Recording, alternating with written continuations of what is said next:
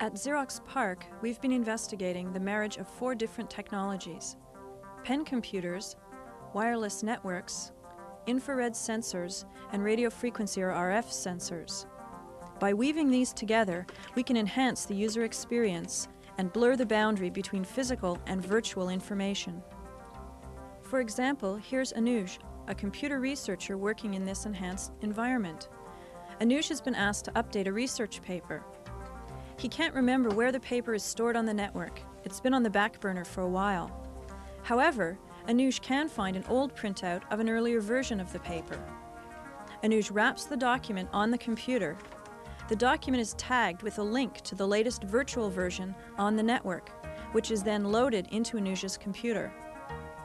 Anuj begins to work on the document and comes across a reminder to insert a quotation from a reference paper. The bookmark marks the physical page, but is meaningful in the virtual setting too. When Anuj wraps it on the pen computer, the bookmarked section is loaded. Anuj can easily copy the paragraph into the article. However, noticing that it is written in French, Anuj must first translate it to English. To invoke the French to English translation service, Anuj wraps his French-English dictionary against the pen computer. Everyday tools can keep their familiar meaning in this augmented electronic world. Anuj gets a phone call asking him if he can come to a meeting that's starting in 15 minutes. Oh yeah, the meeting. I'll be right there. He checks the time and brings up his schedule for the day.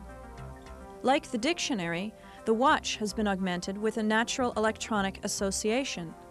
Anuj then uses a bookmark to mark the current state of the computer and of his paper, and heads off to the meeting. In the hallway, Anuj meets Chris. Chris just got a copy of a new book, which he enthusiastically recommends to Anuj. Anuj skims it and agrees that it would be great reading for his next airplane trip. Anuj wraps the book on the computer, and it is automatically ordered through Amazon.com. We can see that in addition to linking content, tags can invoke special services. Individual items can have multiple tags, each with their own purpose. Chris asks Anuj about attending an upcoming talk. The talk looks interesting, but Anuj would like to know more about it. By rapping on the title of the talk, a detailed talk abstract is displayed on Anuj's computer. Based on this, he decides this would be a good talk to attend. By rapping on the date of the poster, the talk is entered automatically into Anuj's calendar. Rooms can have actions linked with them. As Anuj enters the meeting room, he uses a laser pointer to tell the IR beacon in the ceiling that he has entered the room. The computer brings up the agenda for this particular meeting on Anuj's computer.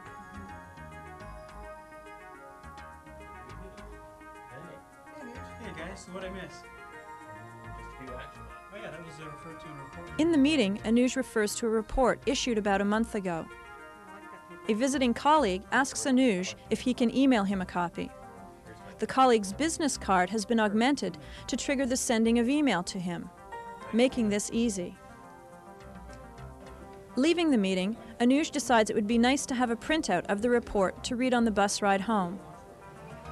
Spying a nearby printer, Anuj gets the document printed out. He doesn't need to know the printer name or the file name for that matter. Area and object tags can provide dynamically changing content information, such as stock price. At Xerox PARC, we've linked a fountain to the Xerox stock price. The better the news, the greater the flow. As Anuj walks by the fountain, an IR beacon senses Anuj's computer's presence and automatically displays an exact stock quote on the computer. We hope this sequence has shown that by melding networks, sensors, and portable computers, a new and powerful user experience is possible. The examples you've seen in this video demonstrate only a few of the many possibilities.